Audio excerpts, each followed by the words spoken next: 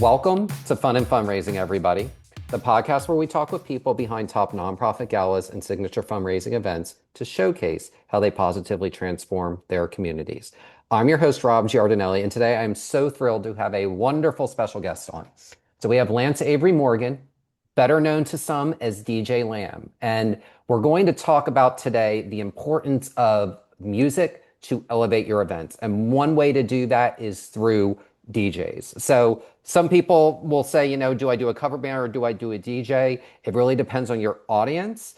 But music really, really, really is a critical and often overlooked aspect of fundraising events because it helps create, music can help create the mood and it can help create the energy to take your fundraising event to the next level. And Lance has gone to thousands of events over the years and understands this pain point of music specifically, which is why he became a DJ. And we're going to learn a lot more about that as we chat with him. So with that, Lance, welcome. And I'm just so happy that DJ Lamb's in the house. Hey Rob, thanks so much. It's great to be your guest. You've had so many guests, and I'm honored to be a part of that illustrious list. So thanks so much. Well, you're at the very top of that list. So we're Thank going to you. start by asking, where does your love and passion for music come from? Well, music has always been a part of my life. I learned early on that a single song can kind of shift a mood and start a conversation, bring people together who may not have other things in common except for that event. So, that really stuck with me from an early age. And, music isn't just background noise, right? It's the emotional architecture of any moment. It's what pulls kind of everything together in my mind. It really is. And it really is amazing how music has the ability to just bring a whole, really bring a whole room together in so many unique and fascinating ways. And, I want to hear, because it's a really interesting story as to how you got involved and became a DJ. I want to hear what motivated you to begin performing as a DJ at these galas and commercial events to help elevate the guest experience. Absolutely. Well, that's a really good question. Being in the media business so long, and like you said earlier, attending so many thousands of galas that my brands and media sponsored, I realized pretty quickly on that galas just weren't about fundraising. They're about feeling something. People are there with their emotions to give back to a cause. And all too often, music seemed to be an afterthought, sort of the last thing booked. And to me, it should be one of the first things considered. So many times at too many events, there was even no music. And if there was music, it wasn't very good. The playlist didn't really jive with the event, didn't really support it. So I saw an opportunity personally to change that because I think that a well curated soundtrack and playlist don't just support an event. It elevates and energizes it, and it makes people stay longer, and therefore they may want to give more generously. Absolutely. And, a great soundtrack really conveys to anything. If you think about some of the most iconic movies or really good TV shows, a lot of them have a really good soundtrack to it, which is one of the Yeah. reasons why so many people are pulled into that particular thing. And an event really, it sounds like what you're saying is really no different from that. That's exactly right. It's really the intersection of strategy, storytelling, and sound, that makes it a complete picture to me personally. Absolutely. And, talk a little bit about what your favorite part of spinning tunes at an event is. Like, what really just inspires you and just gives you joy in doing that? Yeah, there's an exact moment when the room clicks and vibes, as I call it, and I can feel it. It's almost electric. People who are politely nodding and suddenly, are now leaning in, their shoulders start moving, and then before you know it, they're on the dance floor. So it's a transformation, and getting to help orchestrate that shift, it never gets old to me personally. It's really, really fun. In fact, I remember at Adele Black Tie Gala after party, a VIP thing in a private space nearby the gala, that the guests were invited to continue the party. So I put on music that was a little bit faster and a little bit sexier than I normally would have started with, which worked out great. So, it just depends on the event, depends on the crowd. And like I said before, it's more of a vibe thing. So it sounds like what you're saying is that your favorite part, one of your favorite things about spinning tunes is really kind of understanding the DNA, for lack of a better word, of a room, just kind of what that audience makeup is, how that's unique, and really making sure that your music is matching the energy so that they stay on the dance floor and don't go to the ballet. Yeah, and you kind of have to be a mind reader sometimes with events in that based on the crowd, some may be a little bit older, some it may skew a little bit younger, it may be both, which happens a lot of times. So you want to have something that appeals to everyone and gets them on the dance floor or helps them continue their own good time at their table, if you will. Well, that's interesting. You kind of bring up the different generations. How have you found a good way to really kind of bring multiple generations to the floor? Is there, what secret is it? Is it a specific song? Is it a vibe? Is it what is it, musically that gets multiple generations of people on that dance floor? Yeah, that's a great question. It often brings me to an occurrence or two that I've had when someone comes up and they're in the groove and they're really loving the set and they're really loving what they're hearing and dancing, but they want to make a request and they don't know really what they want, but they will ask something like, well, play something that was in high school or that I loved in high school. And I'm thinking, well, first of all, I don't really know how old you are, so I'm not sure when you went to high school to pick that song, but usually my go-to for that is any sort of Whitney Houston remix. Almost everyone loves it and it gets everyone out to the dance floor.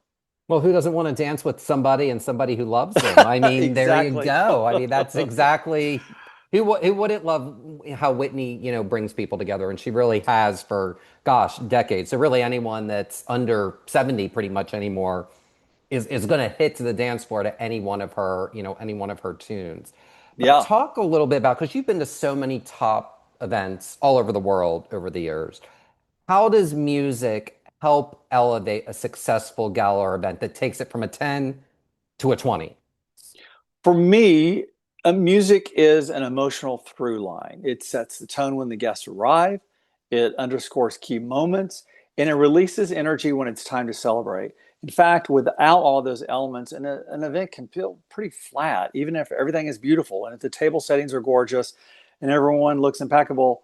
You got to have music. You got to have the vibe. You've got to be able to create that momentum, and that momentum is what makes an event memorable to me. So, also for events that I've personally hosted over the years, branding events, I like offering different types of music in one evening. For instance, I'll start with a bossa nova quartet, and then we'll move into sort of a cool club vibe from that. And then it turns into a dance party as everything gets faster because really you want to offer something for everyone.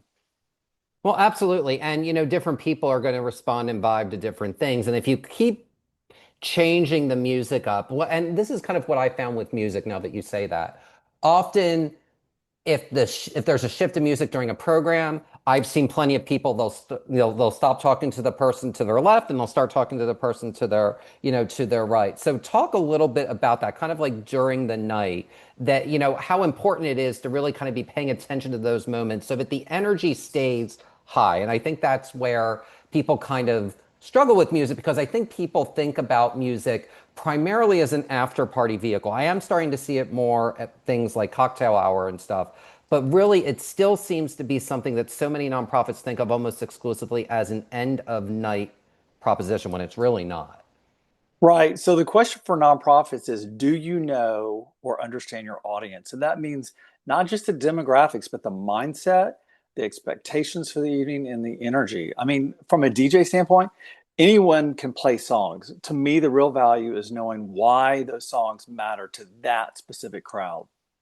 Absolutely. And why it matters to a specific crowd may even kind of compel them to give more because you've created the right circumstances and energy. And, that can be teeing it up at cocktail hour so that they feel more relaxed, like you said with bossa nova music, that they're going to Yeah. be more likely to raise their paddle at maybe a higher dollar level. Or if they're frenetic on the dance floor, they may stop for a second to look at their favorite silent auction item they want to bid in. So that really can create that environment that it can encourage giving if the music's executed properly throughout the entire evening. That's exactly right. Oh, absolutely. Well, talk a little bit about, if someone is going to hire you or any other sort of talent, what are some things that a nonprofit or business should ask when they are looking to hire, you or any other type of talent for their gala or signature fundraising event? That's a great question, Rob. And really, to me, it starts with listening. ironically, not to the music, but to the client, right? So I want to know what their mission is, who their audience is, and what their goals are for the night. How are we building that energy and elegance, or a bit of both, right? So from there, I can craft a musical art that supports the entire event, not just on the dance floor. And really, with an organization, with a DJ involved, it's very collaborative. But I also guide them away from predictable choices towards something a little bit more fresh and intentional, tailor made to their audience. Because no one wants to feel like they're at a wedding reception with the usual music like they were just at a few weeks ago. No one wants to feel that way as a guest. So offering something different and energetic, and also that's a lot of pre-work for me in building that song list of what can be 100 or more songs, right, for a limited amount. I mean, there's a lot that goes into the songs mixing, and not every song will work, so that has to be taken away and something else is brought in to take its place. So it's sort of an on the fly experience, but it for me and from the audiences that I've experienced, it's been a really good one. And what I'm hearing you say, the music really, it should not even complement, that's probably not even the right word. It should enhance the storytelling Yeah. that the organization is looking to convey throughout the entire night. Do you Mhm. know of any time where you kind of have remembered, okay, you know what, this music really kind of helped this thing, or I wish nonprofits would do this type of music at this point in the evening because it would create them to raise 50,000 more dollars. Let's just say for an Sure. Absolutely. Well, when you think of music as storytelling instead of a playlist, that's when things get really interesting. When you start by asking, how do you want people to feel at that stage of the night, right? When they're dancing, they've already donated. They will probably hopefully continue to donate with the cause with future events. And then you really build around that. And you know what? My goal is to not try and please everyone all at once. That's impossible, but to layer the experience, let it evolve, because to me, the payoff is so much stronger. Well, the payoff's stronger, and I'm glad you mentioned, that you understand that not every person is going to like every song. And that's actually not a bad thing because you can't have 400 people, 500 people, 1,000 people on the dance floor at any given time. You Yeah. kind of do want people kind of, I don't want to say being a revolving door, but you want people to cycle off and on the dance floor. Talk about why that's so important to help keeping the whole audience engaged throughout the night. Well, and it's also about, for me, it's about reading the room and adjusting in real time. So that means being hyper aware of everything around me. And oh, by the way, I've got these tracks in front of me. I've got a laptop. I've got speakers. I've got people that are coming up to me. There's a lot of distractions. But for me, it's all about the body language. It's the conversations and the way people are moving to your music or not, if that's the case. So a great DJ isn't just playing music. We're observing these patterns in the audience, which I think is it's a really great insight for me to learn that and to know immediately if something isn't landing, I got to pivot quickly. No ego, no attachment, just responding correctly to the room. And the crowd, it's a communication, right? They'll show you what they want by how they're moving and dancing, and again, it's about paying attention. Well, and I'm glad you mentioned that because, a DJ is never going to play the whole song. It's only going to be a portion of the song. So you pivoting, it's not like it's going to be this thing that's going to come out of left field. Sure, some may be shorter or longer than others, but from what you've said, you kind of want to keep your guests guessing. So my guess is that's probably part of the calculus of what you're doing, in terms of just making sure it stays interesting on the dance floor. Yeah, and you want it to be immersive. You want people to really know that the event is special, to be in it. I offer remixes and sort of a hybrid DJ with a little bit of instrument performance, things like that. Unexpected things that people are do not see coming has made it really fun for me as a DJ, is to really sort of pull a few tricks out of my hat. All right, so talk about how you work with organizations to ensure that there is a great music set at their gala or even a commercial event that the audience is going to respond to throughout. So talk about how you work and collaborate with the organization to make that all happen. Well, yeah, it's interesting because I've been on that other side of the room's DJ, right? The DJ stand more times than I can count. So having been in that place as an audience member has lent itself dramatically to what I'm able to deliver as a DJ because I'm able to see when the transitions feel awkward with people. I know when things kind of are going on too long. I know when songs have kind of played their rotation to where that isn't working anymore. So again, pivoting is really important, and understanding what the gala creators want, these great event producers who are so talented in so many ways, and they understand music is a real vibe. It is crucial to the event, and as you've seen it yourself, I think one of my favorite things is when guests walk into a room and they see me spinning, and they have absolutely no idea that I do that and I know how to do that and I'm there to do that. That is so fun to see the look on their faces when they are absolutely not expecting that at all. And often I'll DJ in black tie, so I'll go directly from that gala to behind the DJ stand in black tie seamlessly, and that keeps it interesting for me for sure. Well, let's talk about that as kind of like a brand thing because you bring an elevated style and sensibility and a different unique style and sensibility. How does that, with your overall branding of yourself, how does that help you make you stand out from others so that people kind of understand if I hire Lance Avery Morgan, I'm going to get X type of experience? Yeah, well, that's a good question, Rob. With that sort of thing, and every DJ is different. We've all been in rooms and galas and clubs and parties and weddings and bar mitzvahs, you name it, where DJs have their own special vibe, and that's great. Usually that music reflects that vibe.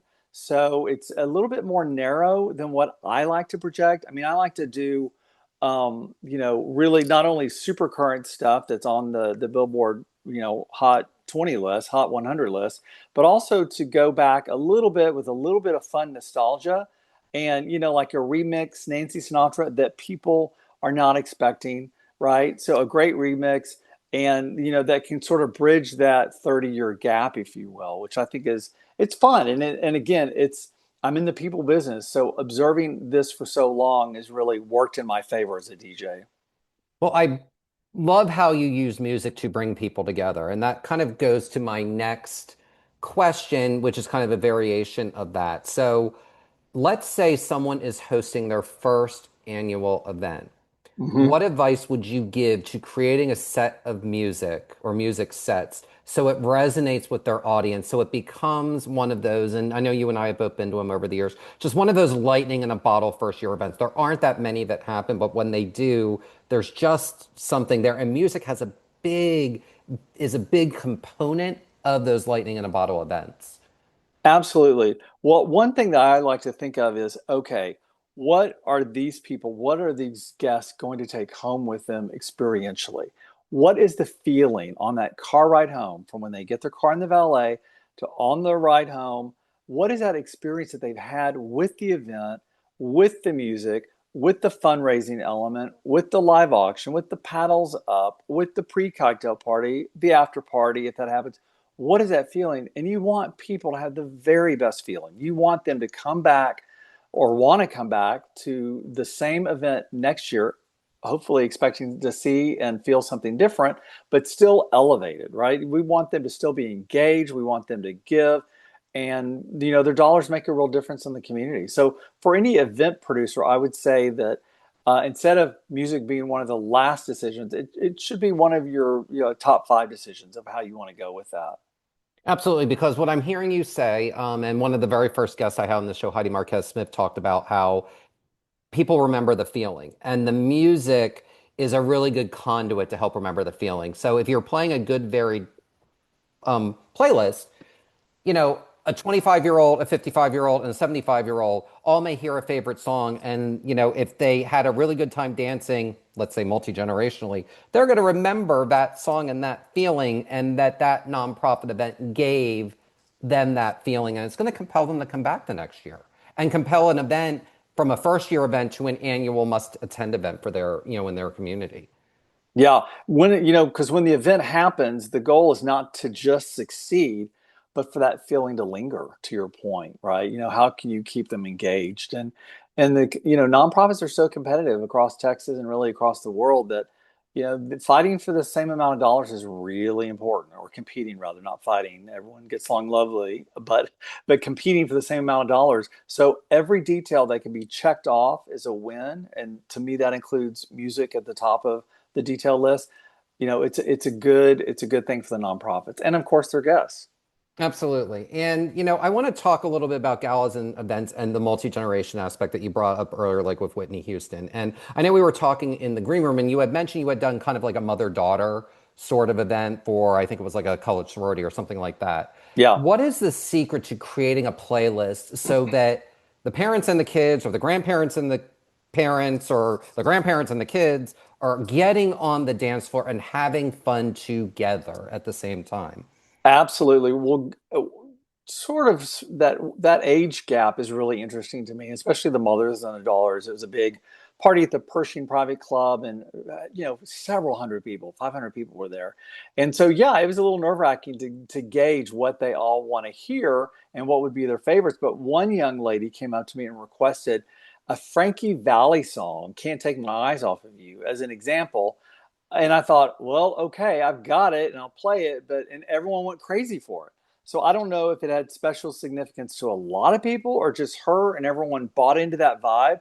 But that's an example of a big hit or a big success for me in crossing that age divide of a generation or two. That almost sounds like a dance floor viral moment to bring It sure social was. media into it.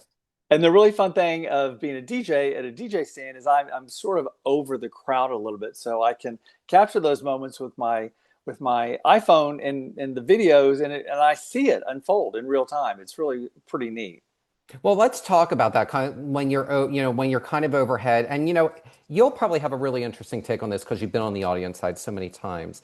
But how do you read the room and adjust the tunes? Because you had mentioned kind of earlier, kind of, you kind of have to do that on the fly. But talk about, what are some things, especially like if a nonprofit's looking and they're seeing kind of people getting bored, how do you read the room and then you just adjust to raise that energy so that it's matching the energy of the audience where you either saw it earlier or where you ultimately want to take it because you've seen it either earlier in the evening or you know what the audience is capable of.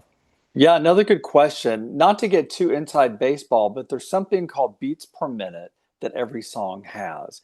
And usually a pretty even tempoed song will have 70 to 85.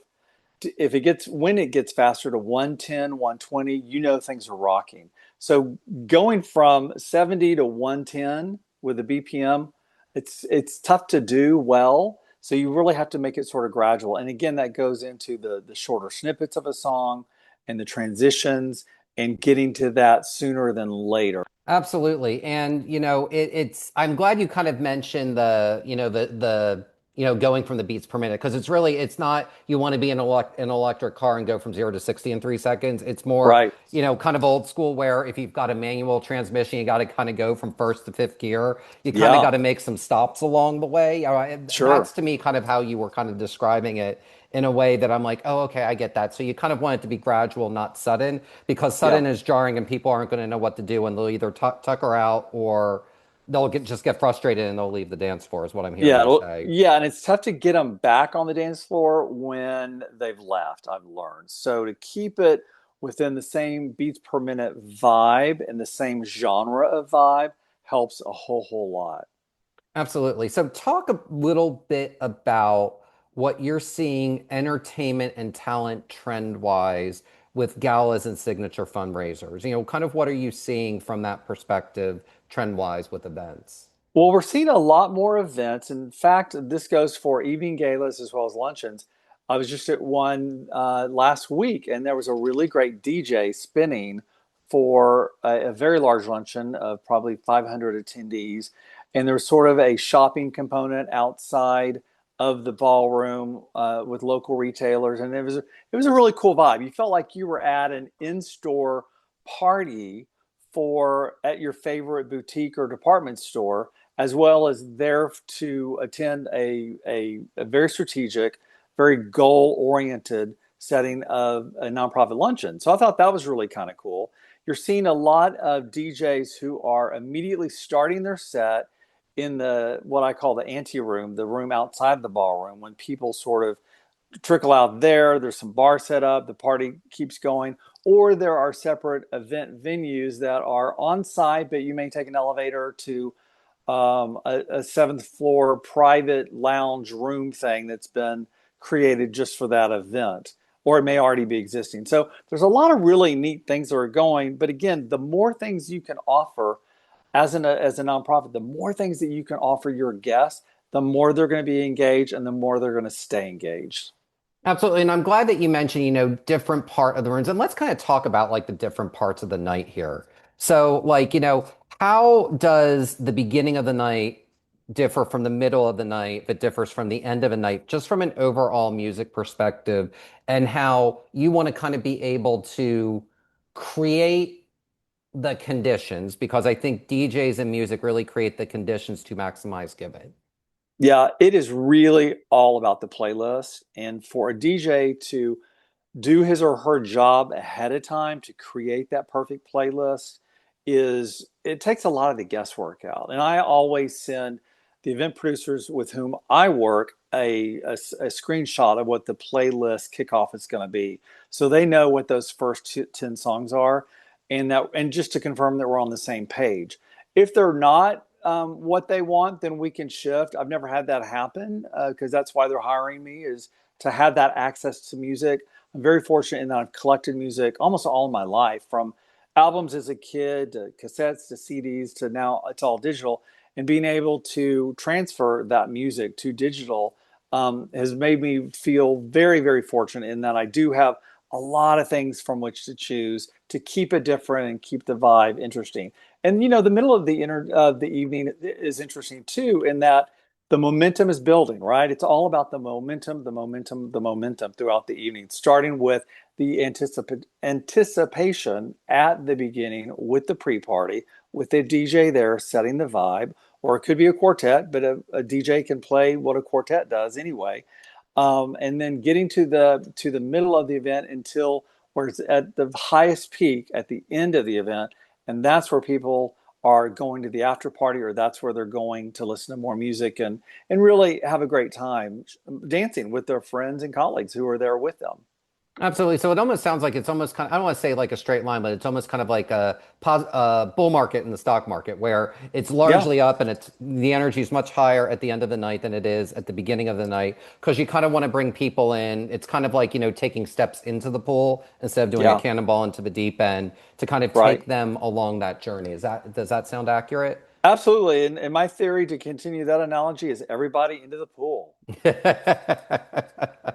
That's a really good analogy. And the pool is the big old giant dance floor. I want That's to right. go back to, um, you know, I want to go back to just because you just have an understanding and expertise of events that I think nobody else has, Thank you. especially from a guest perspective. Having Hmm. attended thousands of events, talk about how you bring that perspective as Lance Avery Morgan and convert it to DJ Lamb when you are on the DJ stage?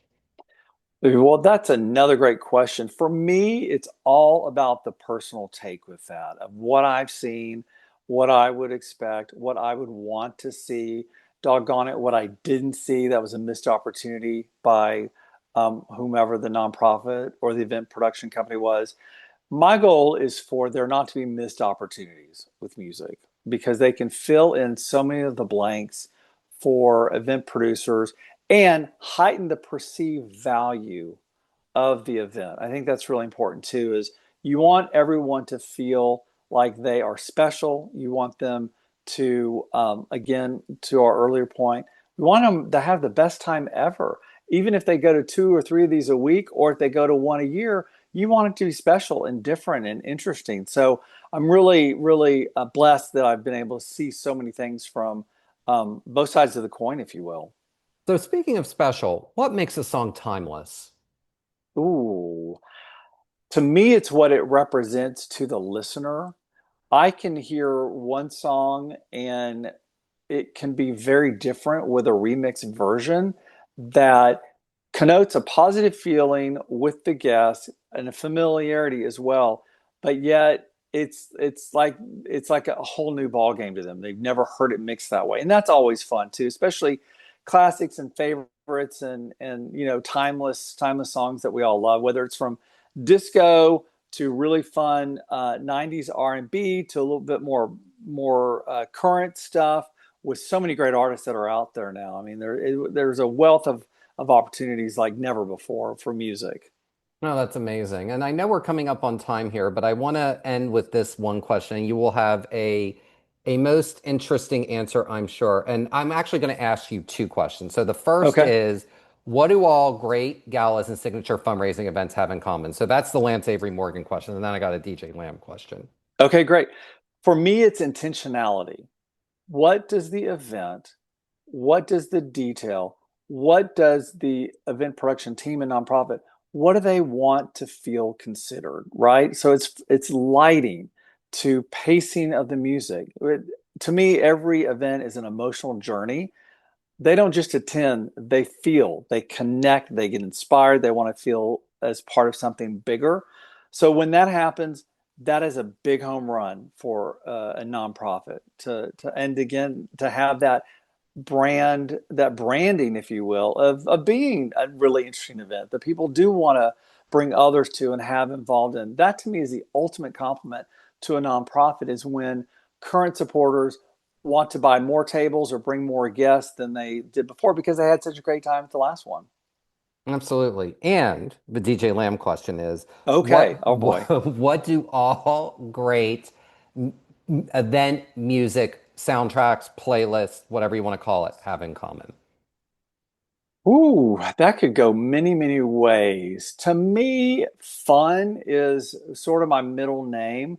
How can people recapture the fun that they had while they were listening to that song in their youth or on the way to the gala? Yeah, with a new version, a remix version, a classic version, a different artist version, how can that help raise the bar is always my intention as part of that intentionality. I don't know if that answers it, but fun is a great word Well, to use. it does because fun's a feeling and fun is, something that gets people to come back. And I especially love the part of the answer where you're like, they may have listened to this fun song in the car on the way, and because they were in their seat, they couldn't dance. And you've created the opportunity because they heard that song that they wanted to get on the dance floor. And it was almost like to them, oh, I was meant to be here at this event. And, Lance, you just have an understanding of events and what makes people want to come back to them more than anybody I've ever met. So thank you so much for taking part in this conversation today. I learned a lot and am excited to see all your past, present, and future spins. Thank you. I sure appreciate that. And however I can get your audience out on the dance floor shaking their money makers, I'm all about that. So for me, it's all about keep spinning and keep happy. Keep spinning and keep happy. That's the perfect note to end on. Lance, thank you again for joining us. Thank you so much. What a joy to be a part of this. And thank you for all the good work that you do with nonprofits around the world. Thank you. And for more information on Lance Avery Morgan and DJ Lamb, please visit lanceamorgan.com. And that will do it for this episode of Fun and Fundraising.